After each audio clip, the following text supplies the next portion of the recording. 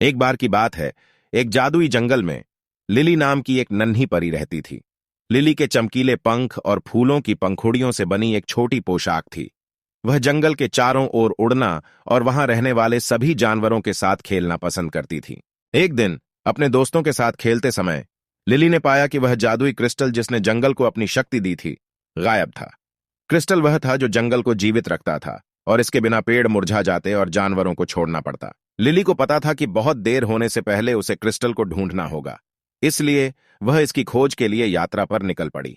वह पहाड़ों पर, घाटियों के माध्यम से और नदियों के पार उड़ गई, लेकिन उसे कहीं भी क्रिस्टल नहीं मिला। कई दिनों की खोज के बाद लिली को एक पुराना उल्लू मिला जो घने जंगल में रहता था।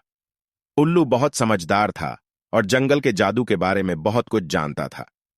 लिली ने उल्लू को लापता क्रिस्टल के बारे में समझाया और बताया कि इसे खोजना कितना महत्वपूर्ण था। उल्लू ने ध्यान से सुना और लिली को बताया कि पास की गुफा में रहने वाली एक शरारती पिक्सी ने क्रिस्टल चुरा लिया था।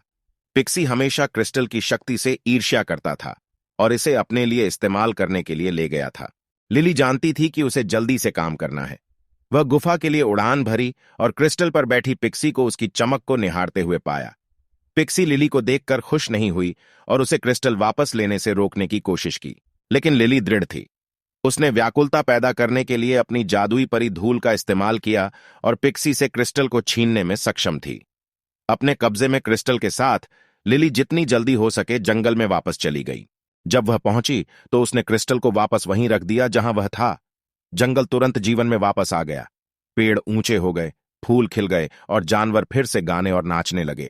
लिली की बहादुरी और दृढ़ संकल्प ने जादुई जंगल को बचा लिया था और सभी जानवर उसके आभारी थे।